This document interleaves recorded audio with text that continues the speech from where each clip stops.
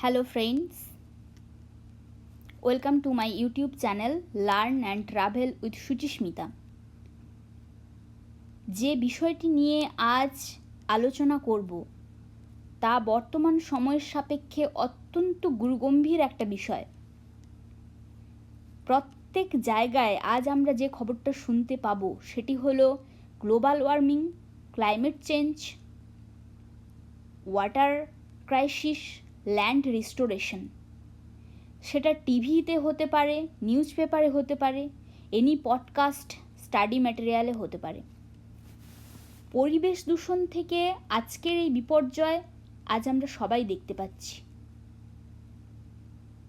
প্রথমে আমাদের জানতে হবে গ্লোবাল ওয়ার্মিং কী, তাপ প্রবাহ কী। শিল্প বিপ্লবের পর থেকে বিশ্বের গড় তাপমাত্রা বৃদ্ধি পেয়েছে। শিল্প বিপ্লবের আগে এই ব্যাপারটা ছিল না। বর্তমানে পরিবেশের এই বিপর্যয় লক্ষণীয়। মিথেন, কার্বন ডাইঅক্সাইড গ্যাসগুলো বায়ুমণ্ডলে সূর্যের তাপ আটকে রাখে। এই গ্রিনহাউস গ্যাসগুলি বায়ুমণ্ডলে প্রাকৃতিকভাবে বিদ্যমান। জীবন টিকিয়ে রাখার জন্য পৃথিবীপৃষ্ঠকে উষ্ণ রাখতে সাহায্য করে। বর্তমানে গ্রিনহাউস গ্যাসগুলির উচ্চতর ঘনত্ব বৃদ্ধিতে পৃথিবীতে আরও তাপ আটকে দেয়, ফলে বিশ্বব্যাপী টেম্পারেচার বাড়ছে। ক্লাইমেট চেঞ্জ কি? গড় আবহাওয়ার স্থায়ী পরিবর্তন, যেমন টেম্পারেচার, বৃষ্টিপাত, আর্দ্রতা, বায়ু, সমুদ্রের টেম্পারেচার, বায়ুমণ্ডলের চাপ ইত্যাদি বোঝায়। যেখানে গ্লোবাল ওয়ার্মিংও বোঝায়। জলবায়ু চেঞ্জ বলতে গ্লোবাল টেম্পারেচারের প্রাকৃতিক ওঠানামা বোঝায়। ঠান্ডার সময়কাল, যেটা আমাদের আইস এরা ছিল, বর্তমানে উষ্ণ সময়কাল চলছে। এই গ্লোবাল ওয়ার্মিংয়ের কিছু কারণ রয়েছে। প্রথম হচ্ছে, আসল কারণ হলো গ্রিনহাউস গ্যাস নির্গমন বাড়ছে। কয়লা, তেল, প্রাকৃতিক গ্যাসের মতো জীবাশ্ম জ্বালানি পোড়ানোর ফলে গ্লোবাল ওয়ার্মিং বাড়ছে। বেশিরভাগ ইলেকট্রিসিটি ফসিল ফুয়েল থেকে উৎপাদিত হয়। মাত্র 1/4 আসে সোলার, উইন্ড, অন্যান্য উৎস থেকে। আরেকটি কারণ, সিমেন্ট, লোহা, ইস্পাত, ইলেকট্রনিক্স, প্লাস্টিক, জামাকাপড়, অন্যান্য জিনিসপত্র তৈরির জন্য, শক্তি উৎপাদনের জন্য জীবাশ্ম জ্বালানি পোড়ানো থেকে কার্বন ডাইঅক্সাইড গ্যাস নির্গমন হয়। খনি, অন্যান্য শিল্প প্রক্রিয়াগুলি থেকেও প্রচুর পরিমাণে কার্বন ডাইঅক্সাইড, ফ্লোরিন গ্যাস নির্গমন হয়ে থাকে। এই সমস্ত জিনিসপত্রের ম্যানুফ্যাকচারিং থেকেও প্রচুর পরিমাণে এই গ্রিনহাউস গ্যাস নির্গমন হচ্ছে। অন্য একটি কারণ, বন কাটা। আমাদের ফরেস্টগুলো ডিফরেস্টেশনের পথে। চারণভূমি তৈরির জন্য বন কাটা, ফলে বনের পরিমাণ কিন্তু কমে যাচ্ছে। বনগুলি যে কার্বন সঞ্চয় করত তা এখন ছেড়ে দিচ্ছে, ফলে প্রকৃতিতে কার্বন ডাইঅক্সাইড বাড়ছে। অন্য একটি কারণ, ট্রান্সপোর্টেশন। অধিকাংশ গাড়ি, লরি, জাহাজ, প্লেন জীবাশ্ম জ্বালানিতে চলে, ফলে এখান থেকে প্রচুর পরিমাণে কার্বন ডাইঅক্সাইড নির্গমন হয়। খাদ্য উৎপাদন একটি কারণ। খামারের সরঞ্জাম, খাদ্য উৎপাদনের জন্য শক্তির প্রয়োজন, যা জীবাশ্ম জ্বালানি পুড়িয়েই আসে। এছাড়া নাইট্রোজেনযুক্ত সার ব্যবহার করা গবাদি পশু মিথেন উৎপন্ন করে, এটি গ্রিনহাউস গ্যাস। এছাড়া খাদ্যের প্যাকেজিং থেকেও আসছে। বাতাসে কার্বন ডাইঅক্সাইড, নাইট্রাস অক্সাইড বৃদ্ধি পাচ্ছে। অন্য একটি কারণ, বিল্ডিং। বিশ্বব্যাপী আবাসিক বাণিজ্যিক ভবনগুলো ইলেকট্রিসিটি অর্ধেক খরচ করে দেয়। এই যে ভবনগুলি গরম ঠান্ডা করার জন্য কয়লা, তেল, প্রাকৃতিক গ্যাস ব্যবহার করা হয়।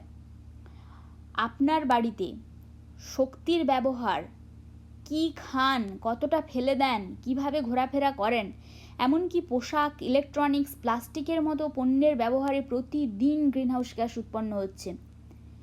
এছাড়া ইন্ডাস্ট্রির জন্য বড় বড় ফরেস্ট কাটা হচ্ছে। ফরেস্টের আশেপাশের কয়লা খনিগুলি উত্তোলন করা হচ্ছে, ফলে ফরেস্টের আশেপাশের আদিবাসীদের জনজীবন ব্যাহত হচ্ছে। কয়লা, তেল খনিতে নিউ টেকনোলজি ব্যবহার করলে হয়তো পলিউশন মিনিমাম করা যেত, কিন্তু ইন্ডাস্ট্রিয়ালিস্টরা টেকনোলজি ব্যবহার করলে খরচ বেশি হবে বলে এগুলি ব্যবহার করতে চায় না। ছোটনাগপুর, ছত্তিশগড়, মধ্যপ্রদেশ এই সমস্ত স্টেটগুলোতে যেসব আদিবাসীরা ফরেস্টের উপর নির্ভর করে তাদের জনজীবন কিন্তু আজ ব্যাহত। আজ প্রাকৃতিক সরকারি সম্পদ বনাঞ্চল জলভূমিকে যথেচ্ছভাবে লুটপাট করা হচ্ছে। পুরুলিয়াতে বনভূমি পরিষ্কার করা হচ্ছে, আগুন লাগিয়ে দেওয়া হচ্ছে। আজ আমাদের বড় বড় শহরগুলোতে দিল্লি, চেন্নাই, ব্যাঙ্গালোরে জলের সংকট, এক বোতল পানীয় জলের জন্য হাহাকার। এছাড়া স্যাটেলাইট থেকে পাওয়া ছবিতে দেখা যাচ্ছে আমাদের মেরুতে আইস মেল্টিং শুরু হয়েছে, ফলে কিছু বছর পরে সি লেভেল বাড়বে, কোস্টাল এরিয়াগুলো জলের তলায় তলিয়ে যাবে। মুম্বাই, কলকাতা ঘনবসতিপূর্ণ শহর, সমুদ্রপৃষ্ঠের উচ্চতা বৃদ্ধির জন্য, নদীর উচ্চতা বৃদ্ধির জন্য আজ ঝুঁকিপূর্ণ। এছাড়া লবণাক্ত জলের অনুপ্রবেশে কৃষিতে প্রভাব পড়বে, ভূগর্ভস্থ জলের মান কমবে, জলাভূমিগুলি ভরাট করা হচ্ছে, আবর্জনা ভর্তি করা হচ্ছে, ফলে একটু বৃষ্টি হলেই চারিদিকে জল দাঁড়িয়ে যাচ্ছে। সেখান থেকে ম্যালেরিয়া, ডেঙ্গু, মশাবাহিত অসুখ ছড়িয়ে পড়ছে। এছাড়া ইন্ডাস্ট্রির পণ্য থেকে ওয়াটার পলিউশন হচ্ছে। আজ ক্লাইমেট চেঞ্জের ফলে রেনফল প্যাটার্নও চেঞ্জ হয়েছে। ওয়াটার ক্রাইসিস অন্য একটি সমস্যা। দ্রুত নগরায়ন, শিল্পায়নের কারণে যা মারাত্মক আকার ধারণ করেছে। ভূগর্ভস্থ জলের অত্যাধিক শোষণ, অপর্যাপ্ত বৃষ্টির জল সঞ্চয়ন ইত্যাদি অনেক কারণে ভারতে জল সংকটের মূল কারণ।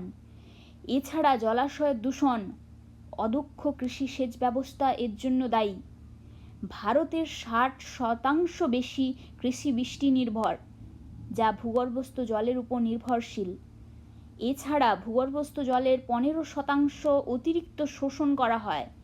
ক্রমবর্ধমান জনসংখ্যা, শিল্প থেকে জলের চাহিদা বৃদ্ধির কারণে জলের লেয়ার আরও কমবে। মৌসুমি বৃষ্টিপাতের হ্রাস আজ লক্ষ্য করা গেছে, তা আমরা সবাই দেখতে পাচ্ছি। গ্রীষ্মকালীন বর্ষা, কালবৈশাখী প্রায় অপ্রত্যাশিত। 4 ডিগ্রি সেন্টিগ্রেড টেম্পারেচারে অত্যন্ত আর্দ্র বর্ষা, যা আজ বর্তমানে 100 বছরে মাত্র একবার হওয়ার সম্ভাবনা রয়েছে, শতাব্দীর শেষ নাগাদ প্রতি 10 বছরে ঘটতে পারে বলে ধারণা করা হচ্ছে। বর্ষার আকস্মিক পরিবর্তন ঘন ঘন খরার পাশে বৃহত্তর বন্যার কারণ হতে পারে। 2002 থেকে 2003 সালের খরা ভারতের শস্য উৎপাদনে বিশাল পতনের কারণ হয়েছিল। 2040-এর দশকের মধ্যে প্রচণ্ড গরমের কারণে ফসলের ফলন হ্রাস পাবে বলে মনে করা হচ্ছে। জলবায়ুর পরিবর্তন, ক্রমবর্ধমান জনসংখ্যা, জৈব জ্বালানির জন্য বৃহত্তর চাহিদার কারণে খাদ্যের দাম বাড়বে। হিমবাহগুলো তুষার আচ্ছাদন হারানোর ফলে সিন্ধু, গঙ্গা, ব্রহ্মপুত্র জলধারা কমবে বলে আশা করা হচ্ছে। গ্রীষ্মের প্রবাহ হ্রাস পায় বলে আশা করা হচ্ছে, ফলে নদীর প্রবাহের পরিবর্তন সেচের ক্ষেত্রে মানুষের জীবিকাকে প্রভাবিত করবে।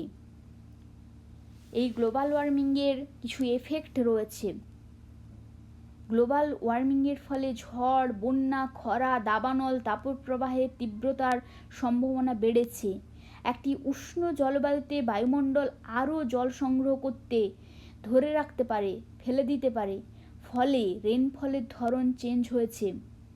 গ্লোবাল ওয়ার্মিংয়ের ফলে সমুদ্রপৃষ্ঠের তাপমাত্রা উষ্ণ হয়, কারণ পৃথিবীর বায়ুমণ্ডলে আটকে থাকা তাপ বেশিরভাগ সমুদ্রের দ্বারা শোষিত হয়। উষ্ণ সমুদ্রপৃষ্ঠের কারণে হ্যারিকেনের গঠন সহজ হয়। মানুষ সৃষ্ট ওয়ার্মিংয়ের কারণে হ্যারিকেনের তীব্রতা বাড়তে থাকছে।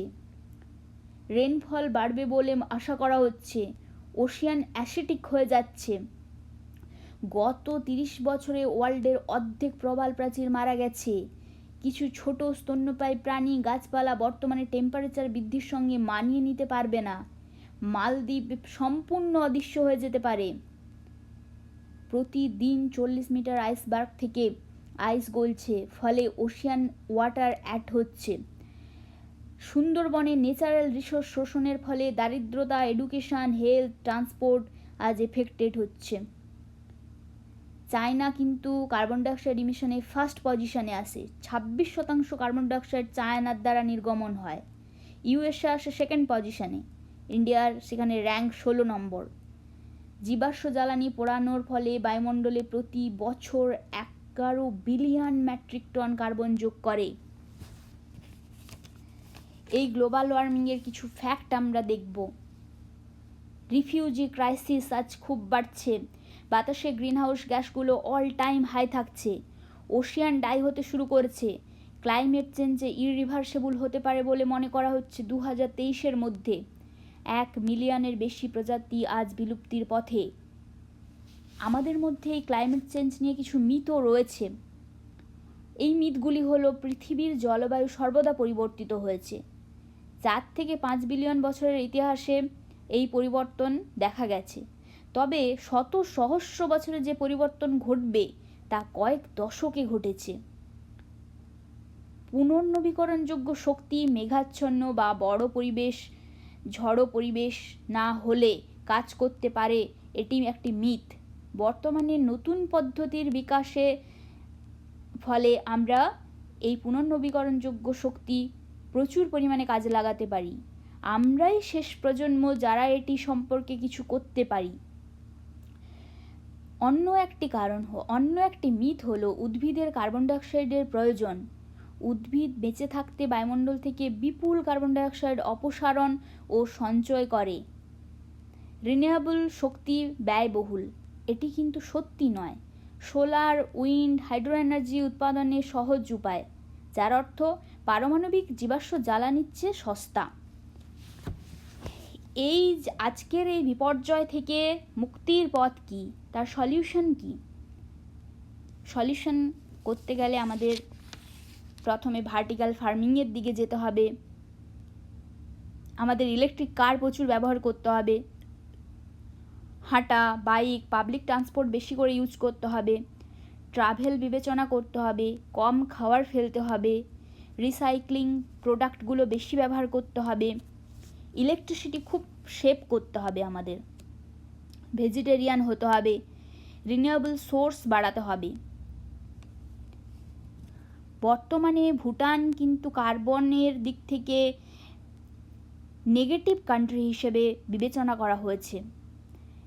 কোস্টারিকা 99% রিনিউয়েবল এনার্জি অ্যাচিভ করেছে। চায়না কিন্তু উইন্ড পাওয়ারে বিশ্বকে লিড করছে। বিশ্বকে পলিউশন ফ্রি করতে গেলে, গ্রিনহাউস গ্যাস নির্গমন হ্রাস করতে গেলে ইন্টারন্যাশনাল কোঅপারেশন সংস্থারও কিছু হাত রয়েছে। ওরাও কিছু উদ্যোগ নিচ্ছে, যেমন প্যারিস এগ্রিমেন্ট হয়েছিল, অ্যাসিলারেশন এজেন্ডা রয়েছে, climate conference, youth advisory group, action initiative, climate ambition summit, sustainable development group. আজ আমাদের ইউথদের এগিয়ে আসতে হবে।